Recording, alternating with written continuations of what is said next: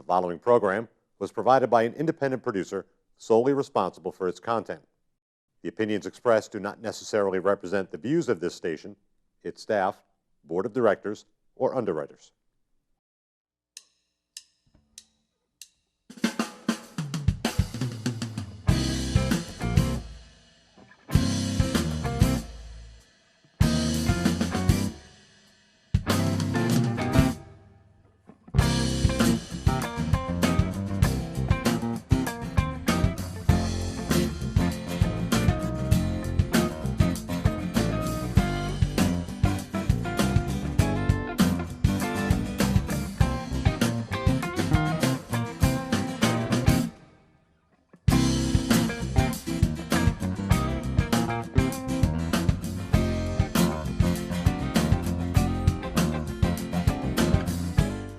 Welcome to Gate City Chronicles. I'm Kevin Avard, your host.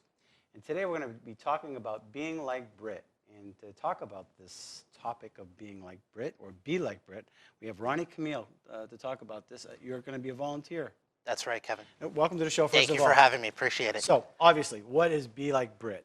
So Be Like Brit is a nonprofit organization based out of Worcester, Massachusetts. It was created by the Gangle family in 2010 after the Haiti earthquake, which rocked that country. It was a 7.0 magnitude earthquake, big earthquake. I think about 200,000 people had passed away suddenly. And so their daughter was in Haiti at the time of the earthquake, and she perished at the Hotel Montana. And she Was she there as a volunteer? she was there as a volunteer with her school, Lynn University, and it took about 33 days for her body to be recovered. And I can't even imagine the turmoil of of having being a parent losing their child. And so from that tragedy became the organization Be Like Brit. And from there, the Gangle family and a group of volunteers built this orphanage in Grand Goave, which is outside of Port-au-Prince, about an hour and a half west of Port-au-Prince, which is the capital of Haiti. And from there, they've built this massive kind of earthquake-proof orphanage, and they currently have 66 children living there, orphans, as well as they've employed about 100 people, from the community to kind of help the operations of, that orphanage. It's been, 5 years since that earthquake, and from tragedy comes kind of this kind of beacon of hope. And my personal connection is that my parents are from Haiti.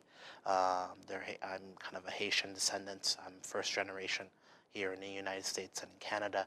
And it's kind of my kind of personal goal to kind of give back, and that's why I'm going. Very interesting. So, how did they fund the orphanage to build it? Where did all that come from? Basically fundraising, a lot of fundraising, a lot of corporate sponsorship. I mean, the Gangles and Be Like Brit, the organization holds a gala every year. They're hosting a 5K in September in Worcester. A lot of donations and a lot of I followed that story from the moment I had heard about Brittany Gangle through today, and just to see how that has gone through, the way people from especially the New England area has kind of pulled together laborers and electricians and volunteers to go down on week-long mission trips or sometimes month-long mission trips to kind of build up this massive building shaped like a bee is just phenomenal. Really? Yeah. Shaped like a bee. It is shaped like a bee. It sits on a hillside. And I have not been there. I've only seen it through pictures and reading the Gangles' book and reading their story. And I'm really looking forward to going there and helping out. It seems to me like that was, I must be getting older, but it seems like that was just like yesterday. And the carnage was horrible. I mean, it was just, people were homeless, obviously. No, absolutely. And the devastation was amazing. Absolutely. I mean, I remember sitting at work when the earthquake happened and calling my family up. I called my cousin. I said, and I have a lot of family down there on my mom and my dad's side, and calling my family and asking, hey, did you call anybody in Haiti today? And like, why? What's going on? I said, there was an earthquake, and The days after that, I remember clearly, and I remember going to Haiti. 4 days after the earthquake, I had my personal network, Yep. working in television, happened to 4 days after the earthquake, we had found out one of our relatives had passed away. It was my mom's goddaughter, and I made the decision at that point to go go to Yeah. Haiti. I emptied out my pantry, I maxed out my credit card, and I took a plane down to Santo Domingo, and I'd done some work for a day, and my cousin flew down as well, and we decided we're gonna go into Haiti, and we managed to go in there, and luckily everyone in our family was well and safe and accounted for. Were But you able it's to take pictures of I the? I was able to and I was only in Haiti at that time in 2010 for 18 hours. My sole mission was to make sure my family was safe, and I have such a that tight bond, Yeah. even though we're so separated by distance, over the years through phone calls and letters and cassette tapes and what have you, and Skype, and now today Skype. So that was my reason. I needed to go and make sure my family was okay. And my mom said she couldn't eat, she couldn't sleep. So I said, you know what, I need to make sure that this is fine. And my cousin and I said, all right, we're going. And we got there, everybody was fine, and they were all surprised because it was like a normal day. Nothing really bad. That neighborhood was fine, but driving in and going in by bus into Port-au-Prince from the Dominican Republic is just a contrast from nice, beautiful tropical scenery to carnage and destruction and all that. It was just crazy, just Yeah. crazy. But 5 years later, I mean, you could see the country rebuilding, and there's progress there, and there's still progress that needs to be made. So over 200,000 lives perished, Just about. and of course with that comes orphans. And how big is this orphanage? Um, Currently, there are, I believe, 66 children, so 33 girls and 33 boys, and that's a significant. That number is unique. It was the number of days that Brittany was under that rubble at the Hotel Montana. And that's how they came up with that number. Exactly. And enough to sustain itself and give a quality of life Exactly. to a certain degree. Are there other orphanages there as well? Obviously in Haiti is home to. Last I checked, there was about maybe 250 NGOs or non-government organizations. So that's including orphanages, that's healthcare clinics, that's missions or what have you. I don't know the exact number of orphanages that are in Haiti, but it's a lot. But I hear there are people going there from various churches across the country, Yep. going there year to year to help out, which is great. I think Franklin Graham had some major thing going on there for some time. I think it was called the shoebox or something, where they would just send shoeboxes to a bunch of kids, Yep. with crayons and things Right. to help them through this process. Obviously, there was the carnage was terrible. Obviously, they had to clean up after that, and then of course the loss of life, you just can't process that. The Americans have a difficult time with that. Right, exactly. And I recall coming back, and just processing everything, and how the news cycle is, it kind of, there's another story, it moves on. Yeah. And I recall when President Obama came to New Hampshire, 2 weeks after that, I remember standing up in that gymnasium at National High School North, and I said, Mr. President, what will you do to make sure that the American public does not forget Haiti? Haiti is a beautiful country. It has rich in culture. It was one of the first, nations to revolt, one of the first black republics, in the Western Hemisphere. And obviously through its 200 and such year history, it has had its ups and downs. Yeah. And obviously now is one of this era where, it's time where a change needs to happen. And so, it's important that Haiti receives its international support from not only the folks that are part of the diaspora, but also, its neighbors and the global community. And they're right in the middle of Hurricane Alley, aren't they? I know, it's just... This one's coming now, right? Yeah, exactly. Erica, I think Yeah, it is. yeah.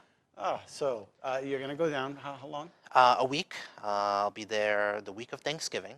We have a team, I think, of all volunteers, all from all sorts of walks of life. I think it's about maybe 15 or 20. I'm not too sure the number, but we have a kind of a a group online that we kind of share notes, and we've been given a packet, and just kind of, and for some of the folks going on this trip, it's going to be their first time. I've traveled to Haiti personally, so I'm used to it. But even kind of stepping back, but as a volunteer, this will be my first missionary trip, and actually helping out, strangers.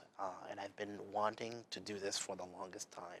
So they're going to give you a packet. You volunteer. You're not just going to go there cold. Obviously, there's going to be a group of people there that says, "Oh, great, another help." Right. They're going to give you direction as to what to do. Exactly. And so I believe we are building a home for one of the local families that work at the orphanage.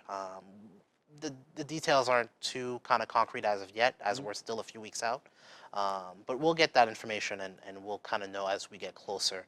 But right now I'm raising money online. I'm trying to get people to donate. We had a few people in the community donate some clothes, some school uniforms, some toys. We have a list that we're generating to see what sort of items that may be needed. As the date gets closer to November, we'll find out from the family some of the needs are for that week. But it's kind of like a Habitat for Humanity. We're going to be building a brand new home that will last, hopefully will will last earthquakes, will last hurricanes, the rough weather that is down there. Yeah, there seems to be a bullseye right there. For it some is, reason. absolutely. Obviously, they are resilient to be able to withstand that. And so you're going, and how many people are going with you, did you say?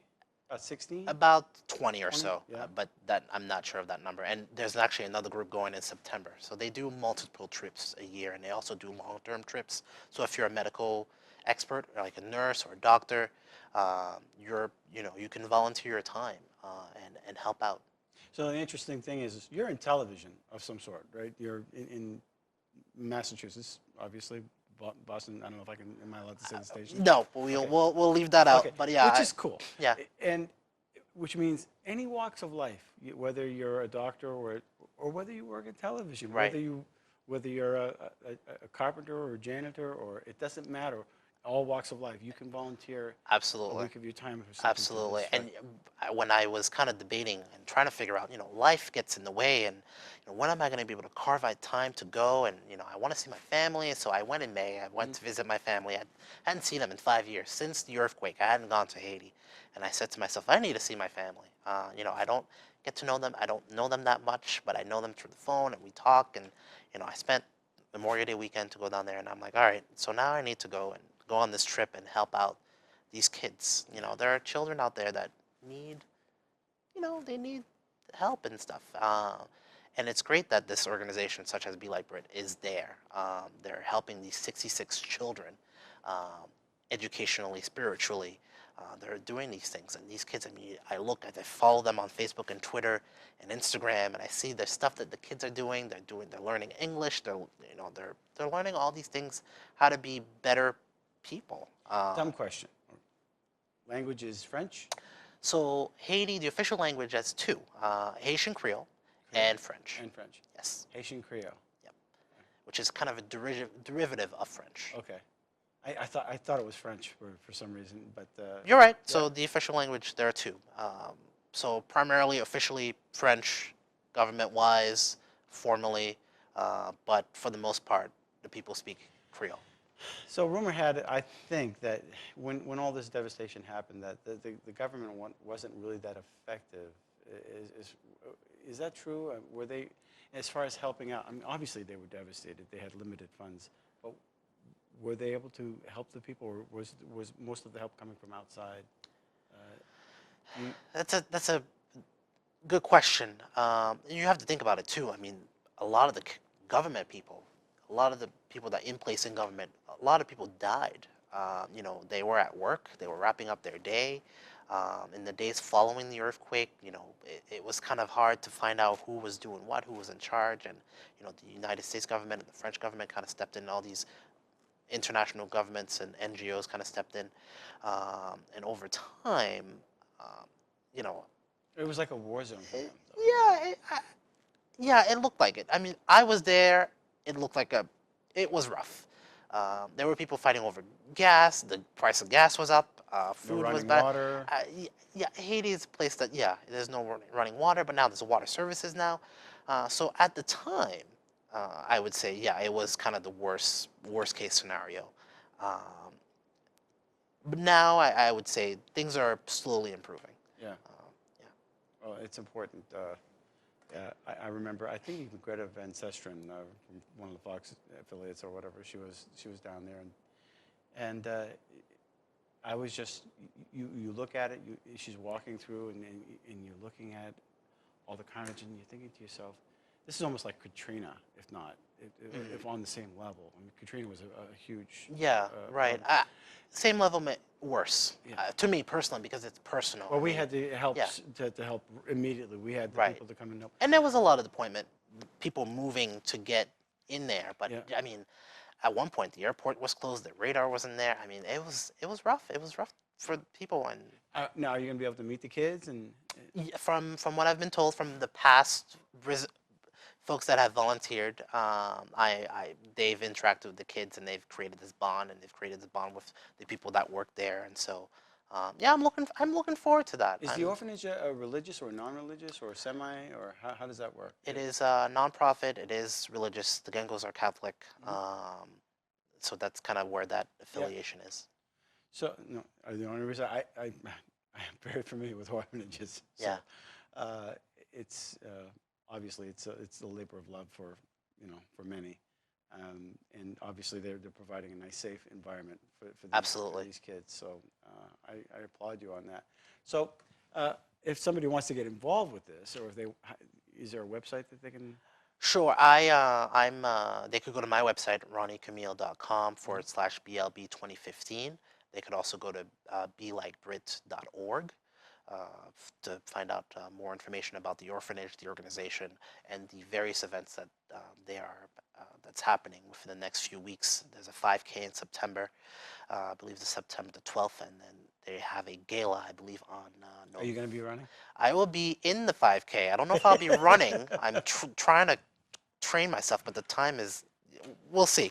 And we then, were talking off camera how that you might have seen me at my Yeah. and I'm thinking, well, was I by myself? Because if I'm walking, my wife was running. I'm not a good runner. so I used to run cross country in elementary school, so I'm hoping that I could, and I ran a 5K last year, so I'm hoping I good for could you, get yeah. back in the groove of things, but I may just start off running and then walking the rest of the way. Yeah, crossing that finish line is the Yeah, big exactly. So I'll be participating in that, and then they have a gala in November. I believe it is November 7th. Don't quote me on the dates, but it is all online at belikebrit.org. You can find it on your website. Exactly. Actually, on the belikebrit.org website. My site is, I'm trying to raise money to go. So far, the community. Thank you to the community. We've raised about $1,100. We're trying to get to 3,000. It costs about 2,000 to go. Trying to raise an extra 1,000 to donate to the orphanage. To run an orphanage is expensive, especially the staff of 100 or so plus people. Oh, wow. Yeah, it's from what I've been told, it's expensive. So Sure, yeah. I'm sure it is. Do you happen to know if the Food for the Poor is affiliated with that at all? I know that they're a charity that gives to Haiti, and what you do is you donate to them, and they give you they send you these Christmas cards Right. and Yep. things like that. I've heard of the organization. I'm not exactly sure. Yeah, it's just another organization, but obviously this is you're physically going down there, and it's a labor of love, meeting with the kids and building. Yeah, and putting sweat equity for another family that really needs a home. In my opinion, that's a trophy in life. Really, to be able to do that and have the opportunity to do that, and obviously you have a heart for it too. Thank you. I appreciate it. Thank you so much. Well, we wish you all the best with this.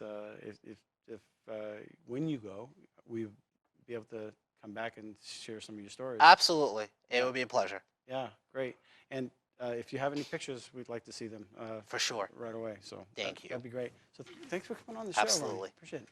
Well, thank you for watching Gate City Chronicles. And if you want to be a volunteer, or if you want to help out with the volunteers, please contact Ronnie Camille and Be Like Brit. This is an opportunity for some people that you can't get out, you can't get involved with helping out easing somebody's pain, this is an opportunity for you. So get involved, please. Until next week. Thank you for watching Gate City Chronicles, and we want to thank our sponsor, Avard Cleaning. They've been a sponsor for quite a few years now, and we appreciate them being a sponsor. And if you want to be a guest on our show, contact accessnashua@gmail.com. We'd love to hear your story. Until next week, thanks for watching.